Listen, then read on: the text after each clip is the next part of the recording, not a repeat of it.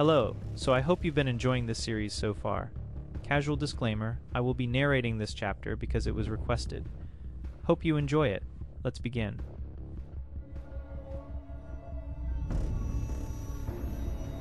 Allow me to give you a few pointers for this chapter. All you need to know is, the working title is The Perfect March. Batman will be investigating the disappearance of a surgeon by the name of Emerson Holt. Suspected culprit is going to be Professor Pyg, but he's not working alone. And of course, we're having Batman and Red Hood post-Arkham Knight interactions, shall we?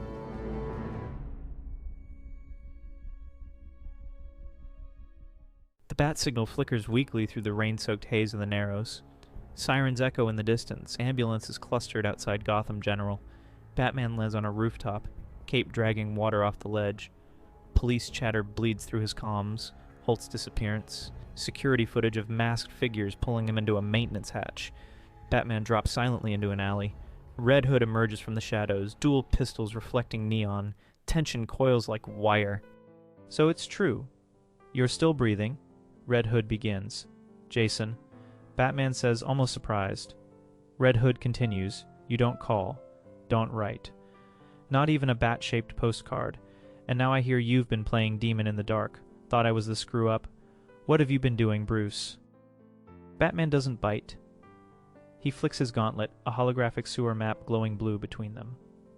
Waterway spiderweb beneath Gotham General. And you're welcome for the save, by the way. Can't imagine how far Scarecrow would have gone if I hadn't shown up.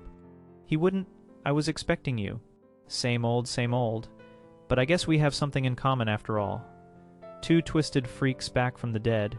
Care to tell me what you're doing here? Dr. Holt was taken below. Dollotrons, Pyg's work. Great. The pig freak. Guess you crawled out of hiding for something worthwhile. Batman turns to him, his voice low. It isn't just Pyg. Random systematic murders have been happening all around Gotham. I recently had a run-in with Zsasz, but he wasn't acting alone. Something tells me Julian Day is orchestrating murders like movements in a score, each one building to something worse. Calendar Man, that clown, you're telling me Zsasz was working with that freak. He wasn't the first. He won't be the last. Like I said, this is systematic. Batman kills the projection and looks Jason dead in the visor. You shouldn't be here. Red Hood laughs bitterly. There it is. Same old speech. You vanish for a year. Leave the rest of us picking up the pieces. And you still think you get to bench me. I distance myself for a reason. Gotham's enemies have changed, Jason. They're adapting. My methods had to change with them. Red Hood steps closer. Yeah, I noticed. The Demon Bat thing, cute rebrand. Real subtle.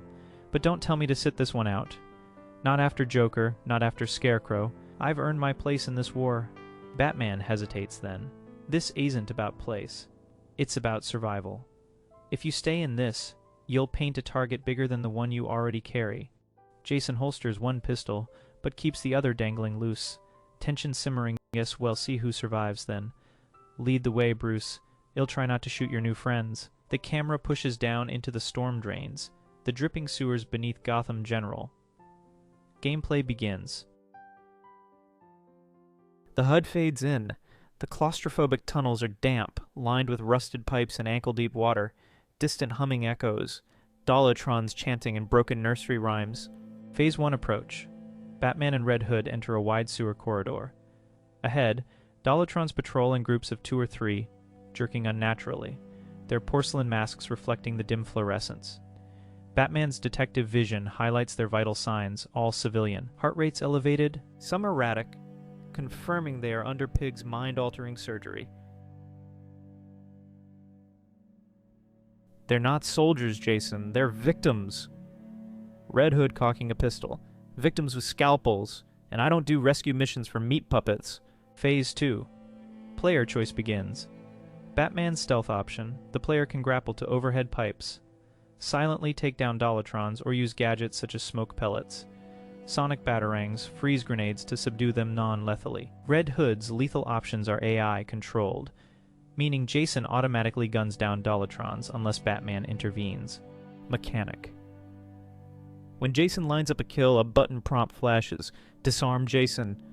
If the player hits it, Batman grapples across the screen. knocking Jason's gun aside and forcing a tense whispered exchange. If ignored, Jason executes the Dollotron with a headshot, messy, quick, echoing in the tunnels. If Batman stops Jason the first time, Batman pins Jason against the wall briefly and says, "Enough. They can still be saved." Red Hood responds furiously, "Saved. Look at them. You think they're going back to their 9 to 5 after Pyg stapled their souls shut."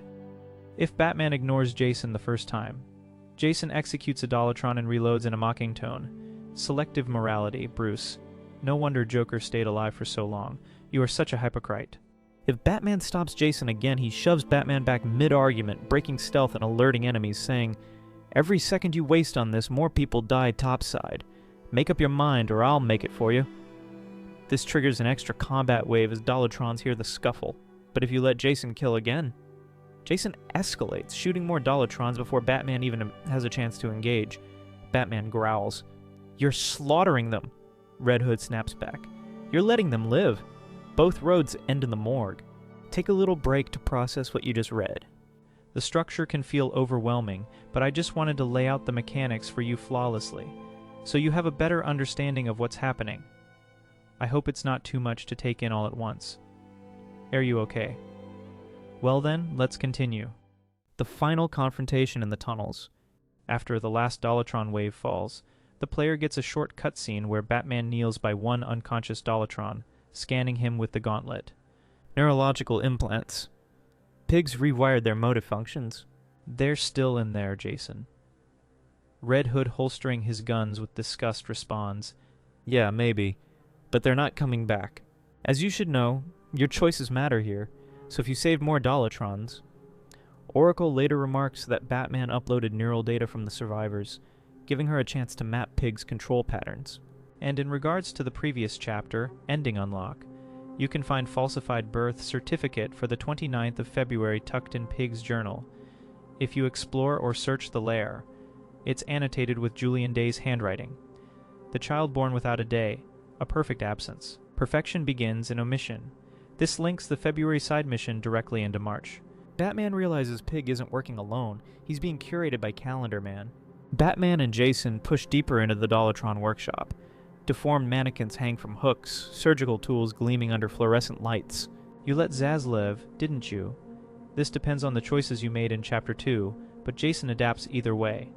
If you went with the GCPD path, you get. Great. Arkham's a revolving door, hell be out in a week. If you preferred the other option, you get. So now you're running your own private Arkham. You finally snapped. Ease information. Zsasz leads me to Day. You're still making excuses for psychos. You should have put him down. In the same way, you should have put me down when I came back with Scarecrow. Jason, I never got the chance to properly talk to you. What happened with the Joker? It shouldn't have happened. Really, we're doing this now. I just wanted to say, I'm sorry, Jason. I looked for you. We all looked for you. Even Tim. That doesn't matter anymore. I know when you look at me now, all you see is the Arkham Knight, the Red Hood, the monsters from your past. But I've seen the new you, Fear Toxin. Don't pretend you haven't changed too. I know, Jason. And that's why I don't want you to lose yourself too, like I have. I wonder what Alfred would say if he saw you now. This next bit will be a boss encounter with Professor Pyg, the Perfection Sacrifice. The sewer tunnels open into a grimy workshop, filled with butcher tables, dangling hooks, surgical lamps flickering above. At the center, a surgeon's slab, where Dr. Holt is strapped down, half transformed into a Dollotron porcelain mask, only partially fixed, surgical scars raw and red. Professor Pyg prances around the table in a bloody apron, scalpel glinting as opera music warps from an old radio.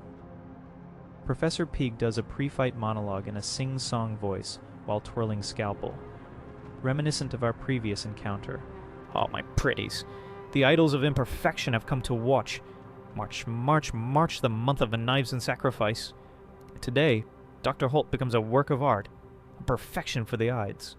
Valentin, step away from him. Step away? From beauty? From destiny? No, no, no. You do not step away from the song of the scalpel. The flesh is clay, the soul is clay. Only Pyg can mold it true. Only Pyg can make them sing. Red Hood aims his gun. Cute speech. You're just carving up people because you can't hack it as a real doctor. Hack! Hack? No! Hacking is crude, brutish. I cut with purpose. Every slice, every stitch. Art. Sacrifice. The march must have its martyr. He claps his hands violently. Dollotrons stumble from the shadows, scalpels and cleavers in hand. Combat begins. It is Batman and Red Hood working together against the Dollotrons. One of the coolest action sequences, so let me not ruin it by narrating. Just watch this, because that is how it would play out.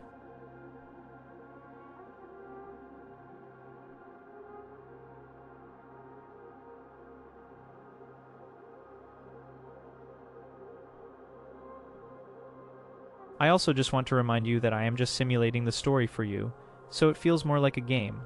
Therefore, when I narrate, you can just assume you are playing. When there is different choices to make, mentally take note of what choice you'd make, as there would be payoffs later. And assuming you have semi-decent gaming skills, you'd naturally emerge from this encounter victorious, which would then lead Professor Pyg to say, "How dare you ruin my creations? He was the sacrifice. The Ides demands him. Caesar bled, Caesar fell. And Gotham will bleed with him.